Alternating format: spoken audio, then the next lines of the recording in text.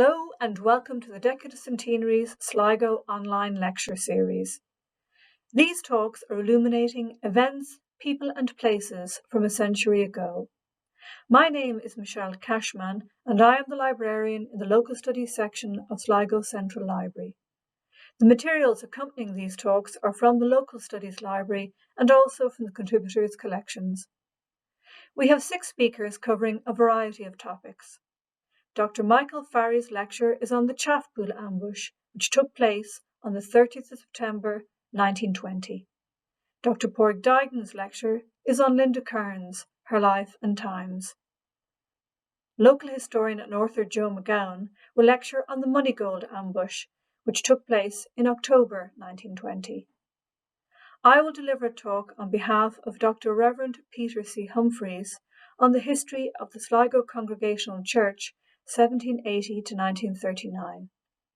This talk will coincide with the forthcoming publication of a pamphlet by Dr. Humphreys on the Sligo Congregational Church.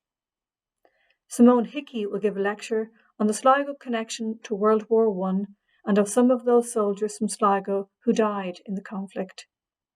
Tommy Higgins will give a talk on Lest Sligo Forgets, a campaign to commemorate those from Sligo who died in World War I. On behalf of Donald Tinney and Sligo Libraries, I would like to take this opportunity to thank all of our contributors who took part in the online lecture series under rather challenging circumstances.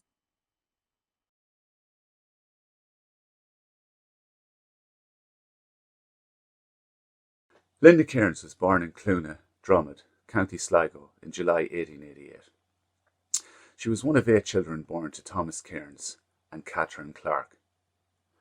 For a woman who later achieved so much for the Republican cause, her parents took no interest in politics. Linda was a caring, intelligent girl, and in 1907 she secured a scholarship to pursue nursing in Brussels. She had not been interested in nationalism or republicanism before the Easter Rising, and had in fact intended to serve as a nurse in France during the First World War, until a chance meeting with Thomas MacDonagh changed her mind. Before the Rising, she was working in the Royal College of Surgeons in Dublin. She was with 19 other nurses, and they were all later involved in the Rising.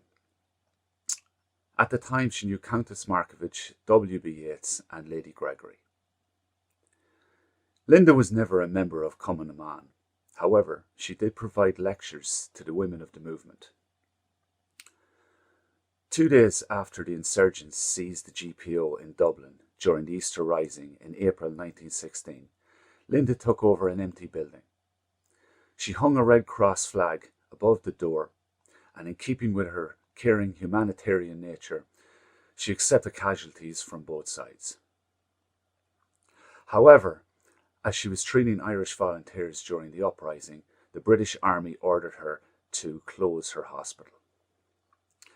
After the Rising, she went into private nursing.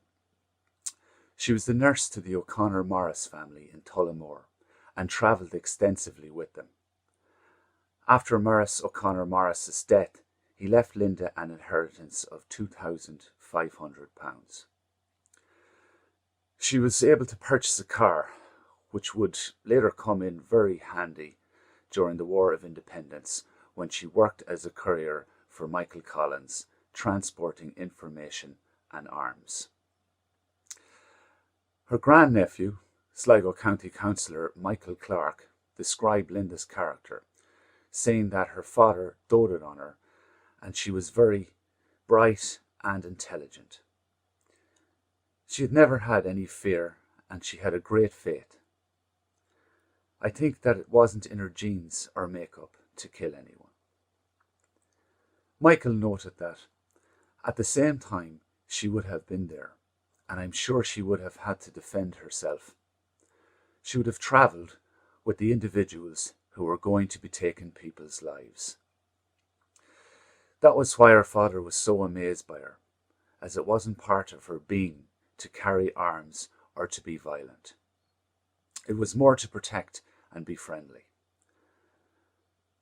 Her status as a nurse helped her evade detection, until she was caught in November 1920 in Sligo transporting arms. The county inspector reported that on the 20th of November, a police and military patrol stopped a motor car driven by nurse Linda Kearns and found therein 10 service rifles, 4 revolvers and hundreds of rounds of ammunition, including a quantity of equipment. Some of the firearms and part of the equipment were later identified as the property of the police who were killed near Grange on the 25th of October 1920. The report also mentioned that 3 male suspects were arrested in the motor car and that Miss Kearns has for the past 2 years been the medium of communication between IRA HQ in Dublin and County Sligo. The 3 men arrested with her were Seamus Devons, Eugene Gilbride and Andy Conway. Linda had been sent down by Collins to encourage the Sligo Brigade to take a more proactive role in the war. She'd usually just come to Sligo to deliver arms and instructions, but on this occasion she was actually out in the field, ready to take part in an ambush. After the arrest, she took responsibility for the arms. As if she didn't, the men would have been executed there and then. While being detained, she reported that she was beaten around the face, causing permanent damage to her teeth, by a notorious RIC officer called Spud Murphy, a Cockney stationed in Sligo Barracks. She was sentenced to 10 years in prison and transferred to Sligo jail, and then on by boat to Belfast. The soldiers on the boat mistook her for Countess Markovich. Sadly, at this time, Linda's father died, and she was unable to attend his funeral. She served time in a number of Irish prisons before being sent to Walton Prison in Liverpool, where she went on hunger strike. From there, she was sent to Mountjoy. In October 1921, she famously escaped from there with 3 other women, May Burke, Eileen Keogh, and Etna Coyle. Linda was largely responsible for the planning of the escape. A sympathetic wardress had seen to it that the women were able to get their hands on a wax mould of the key needed for their escape. The female prisoners were participating in a football match at the time, and that created plenty of noise, and the 4 women seized their chance. Throwing a small bottle of perfume over the wall at an agreed spot, a rope ladder was returned. Linda went first due to ill health, followed by Eileen Keogh, May Burke, and lastly Etna Coyle. Linda found shelter in an IRA training camp in Carlow until the signing of the Anglo-Irish Treaty.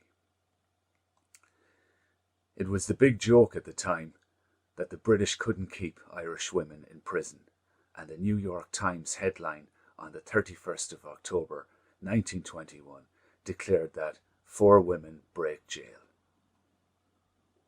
Amazingly, Linda went on to play a role in the Civil War too, ensuring that she earned all her Republican stripes. Having failed to gain entry to the 4 courts, she found herself in a variety of locations throughout Dublin, tending to the wounded. When the focus of the battle in Dublin shifted entirely to O'Connell Street, the stretch from the Hammond to the Gresham Hotel was occupied by around 100 Republican combatants. Cathal Brugha strongly appealed to the 30 women present to leave, as the fight looked doomed. But 3 remained. Alongside Kathleen Barry and Muriel McSweeney was Linda Kearns. She witnessed the wounding of Cathal Brugha. She held the severed artery between her fingers as he was driven to hospital, but unfortunately he would die 2 days later. In 1922, Linda, along with others, including Muriel McSweeney, posed as Red Cross delegation, fooling Free State troops to break Annie Smithson out of Mullingar Prison. Smithson was a fellow nurse, a Republican, and she was also a poet and a novelist. Following the Civil War, Linda went to North America and Australia, visiting different cities, giving speeches and raising hundreds of thousands of pounds for the new state. In 1926, she joined Fianna Fáil and was one of 5 women elected to the party's executive. In 1929, she married Wilson McWhinney, formerly a commanding officer of the IRA's Derry Brigade during the War of Independence. They had one daughter, Anne, born in 1930.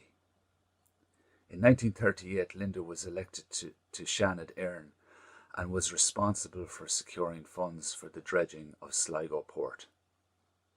She did not continue for long in political life and never thought of herself as a politician. Nursing was her first love.